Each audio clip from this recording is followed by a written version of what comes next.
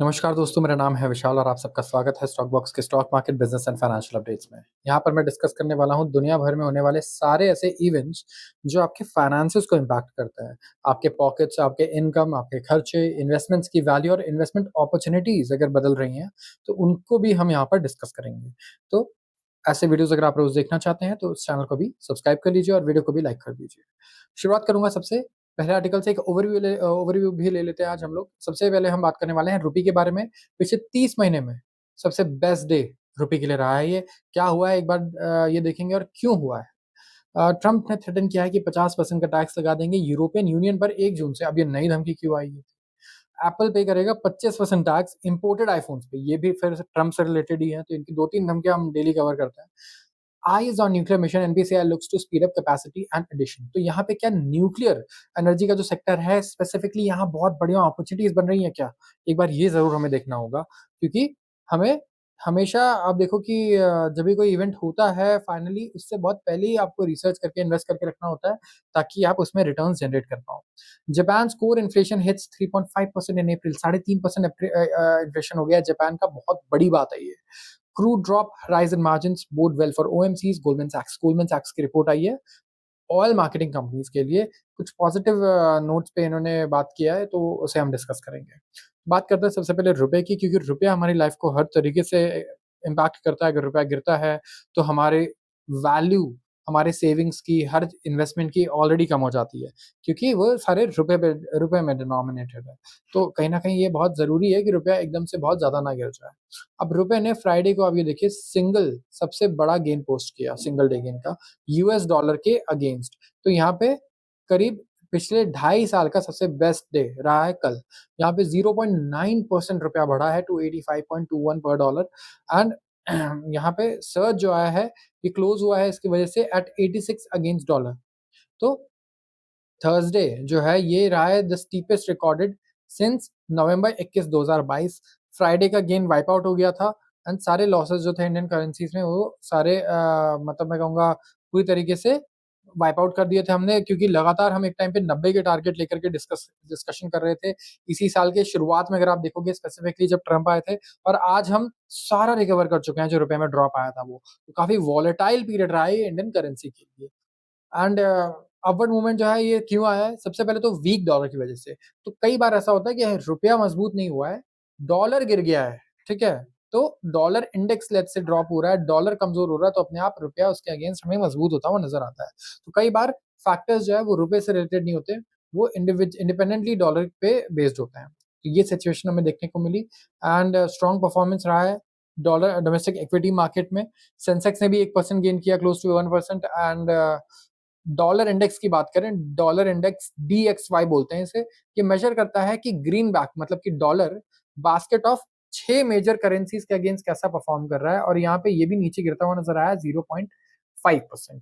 तो आप देख सकते हो किस तरीके से जो बेस्ट सेशन रहे हैं रुपए के लिए आज तक ऐसे रहे हैं कि 23 मई को हमने देखा 0.93% का गेन आया, 30 अप्रैल को 0.90% का, एंड 11 अप्रैल को 0.75% का गेन रहा है इंट्राडे। अब ट्रंप ने नई धमकी दे डाली है यूरोपियन यूनियन को। इनका कहना है कि 50% का टैरिफ लगा दूंगा 1 जून से। क्यों भाई? डोनाल्ड ट्रंप ने धमकी दी है कि 50% का टैरिफ लग जाएगा जो भी गुड्स यूरोपियन यूनियन से यूएस आ रहे हैं। और इनका कहना है कि जो हमारे डिस्कशंस जो है यूएस ईयू के साथ चल रहे हैं, वो इस वक्त कहीं कुछ नहीं पहुंच रहा है वहां पे। यूरोपियन यूनियन के साथ जो डिस्कशंस अभी तक हुए हैं सब बेकार है। कुछ भी इसमें हम आगे नहीं बढ़ रहे हैं, ना वो आगे बढ़ रहे हैं।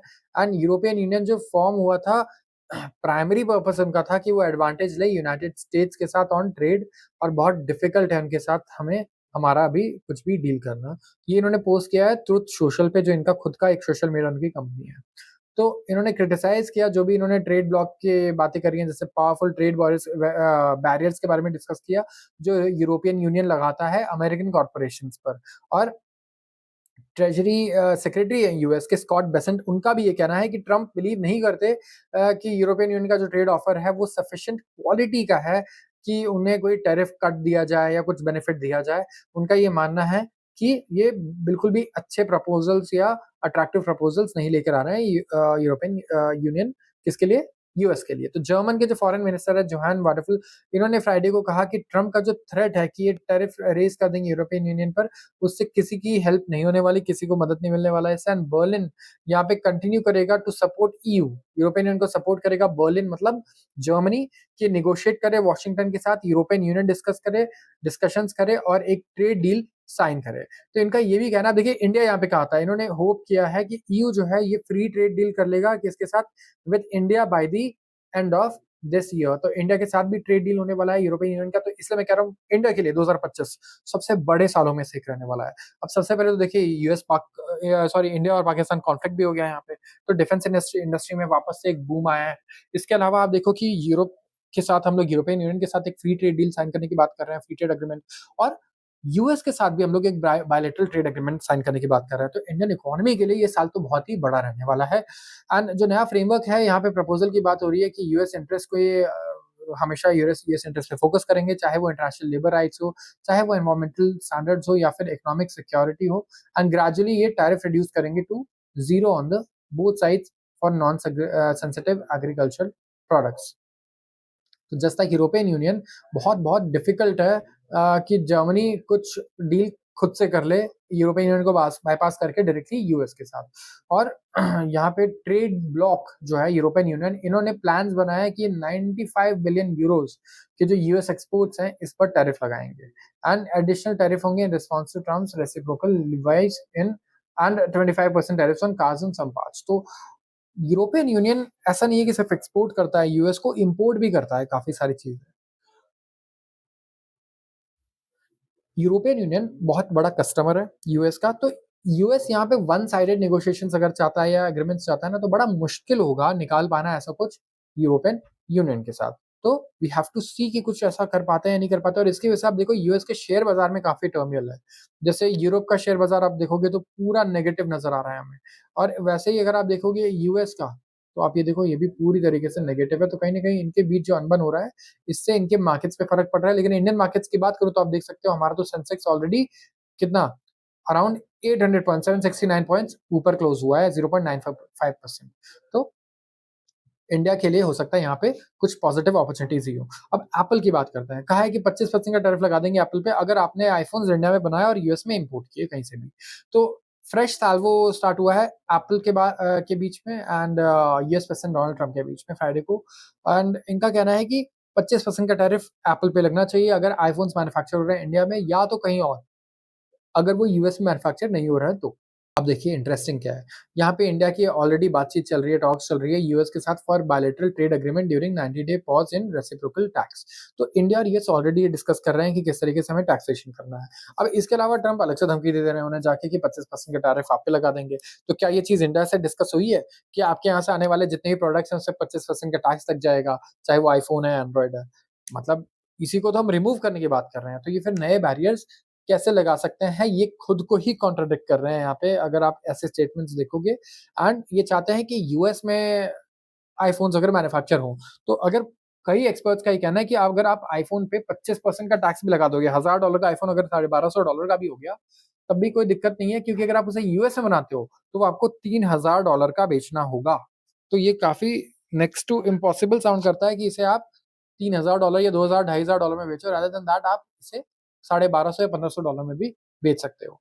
तो इनका कहना है कि कंपनी लगातार अभी इंडिया में इन्वेस्ट कर रही है और करेगी, तो एप्पल के इन्वेस्टमेंट्स तो इंडिया में आने हैं और इनका स्टैंड सेम है। एप्पल प्रोडक्ट्स करंटली यूएस में मैन्युफैक्चर नहीं होते हैं और इनका लार्जेस्ट मार्केट जो है $40 बिलियन का, वो क्या है, यूएस ही है।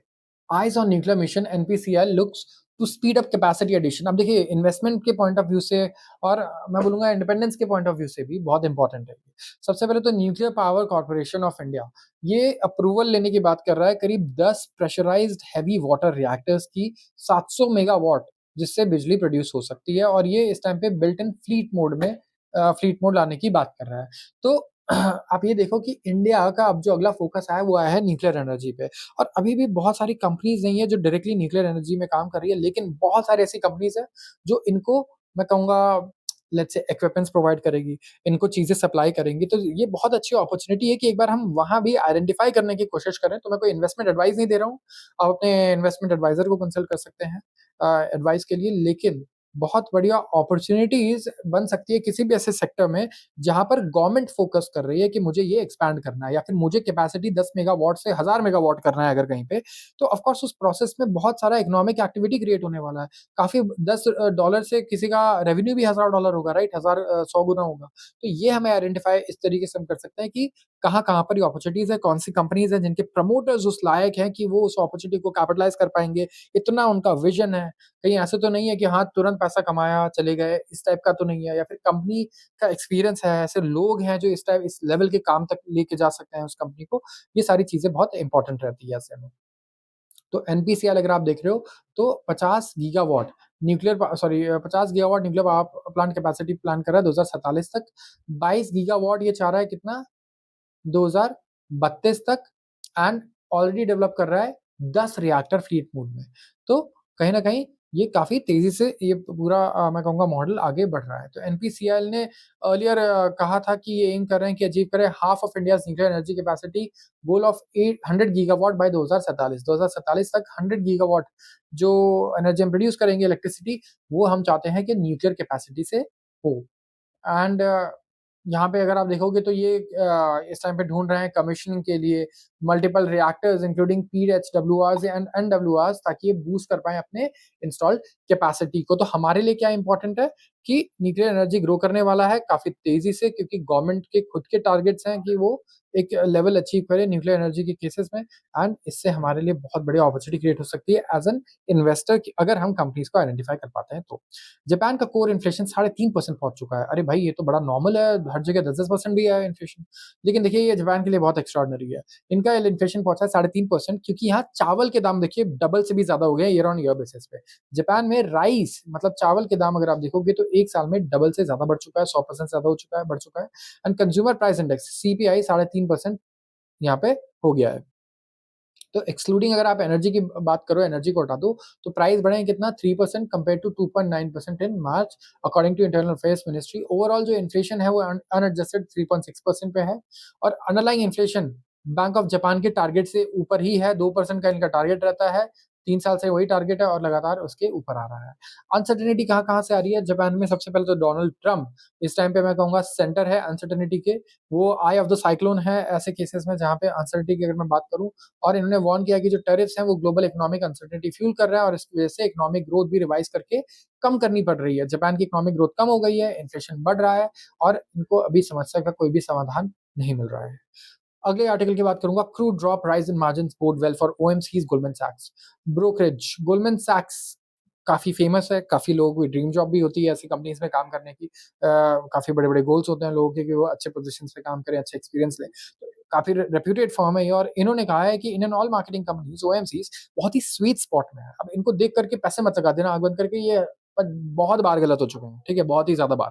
मतलब खुद भी कई बार बैंकरप्ट हो चुके हैं, तो इतना सही भी इनका एनालिसिस नहीं होता होगा ऐसा सोचो, ठीक है? They are also human beings of course. तो स्वीट स्पॉट ये कह रहे हैं ओएमसीज़ के लिए है और यहाँ पे ऑयल प्राइसेज़ अगर फर्दर डिक्लाइन हुए, तो इनका मार्जिन तो बहुत बढ़िया बढ़ेगा। ऑयल मार्केटिंग कंपनीज़ आपने देखा होगा हमारे Indian oil, BPCL, Reliance petroleum ये कंपनीज़ हैं, ये ऑयल मार्केटिंग कंपनीज़ हैं और हिंदुस्तान पेट्रोलियम, भारत पेट्रोलियम इन सब के इन्होंने क्या किए हैं प्राइस टारगेट्स भी बढ़ा दिए हैं। ब्रोकरेज कह रहा है कि 16% का अपसाइड आ सकता है एचपीसीएल के शेयर प्राइस में, 29% का आ सकता है बीपीसीएल में and fall of 13% in Indian oil over the next 12 months. तो फॉल भी बताया इन्होंने 13% का।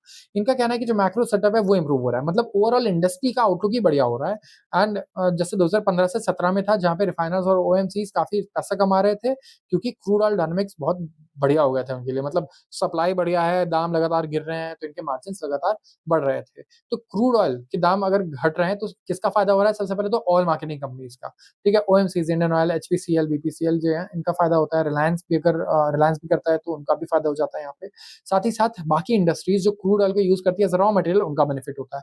ऑटोमोबाइल सेक्टर काफी खुश होता है क्योंकि पेट्रोल के दाम घटेंगे तो लोग गाड़ियां ज्यादा खरीदने की कोशिश करेंगे क्योंकि उनके लिए फ्यूल कॉस्ट एक इंपॉर्टेंट कंपोनेंट है। इंडिया में लोग फ्यूल कॉस्ट के लिए काफी सेंसिटिव है और जितनी भी कंपनीज अगर आप देखोगे कोर सेक्टर्स हैं, सीमेंट से लेकर के जो भी कोर सेक्टर्स है हमारे कंस्ट्रक्शन इंफ्रास्ट्रक्चर, इन सबके कॉस्ट लगातार घटते हैं अगर क्रूड ऑयल के दाम भी घटते हैं तो, क्योंकि क्रूड ऑयल एक बहुत बड़ा कंपोनेंट है इनके प्राइस में। दूसरा हमारी सरकार को बहुत फायदा होता है क्योंकि क्या होगा क्रूड ऑयल के दाम अगर 100 से 50 भी आ जाता है ना तो हमारे यहाँ पेट्रोल के दाम नहीं हिलते 50% गिरने के बाद भी। क्यों?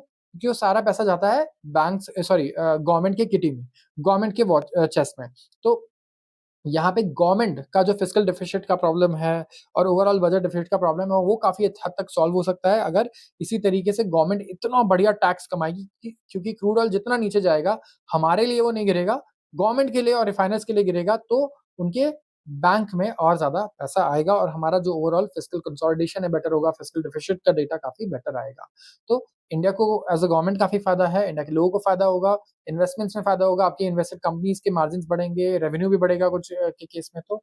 और नुकसान यहाँ पे मुझे लगता है बहुत ही कम कंपनीज़ है, उनका होगा। तो मैं ये आपसे पूछना चाहूँगा कि अगर क्रूड ऑयल के दाम घटते हैं, तो कौन-सी ऐसी कंपनी है जिनको नुकसान फेस करना पड़ता है? बेनिफिट्स तो हमने सारे डिस्कस कर लिए हैं। तो आज के लिए बस इतना ही। अगर आपको वीडियो पसंद आई हो तो ज़रूर इसे लाइक करें और चैनल को सब्सक्राइब करना बिल्कुल ना भूलें। अगर आप रोज़ ऐसी वीडियोज़ को देखना चाहते हैं तो आप सबका बहुत-बहुत धन्यवाद।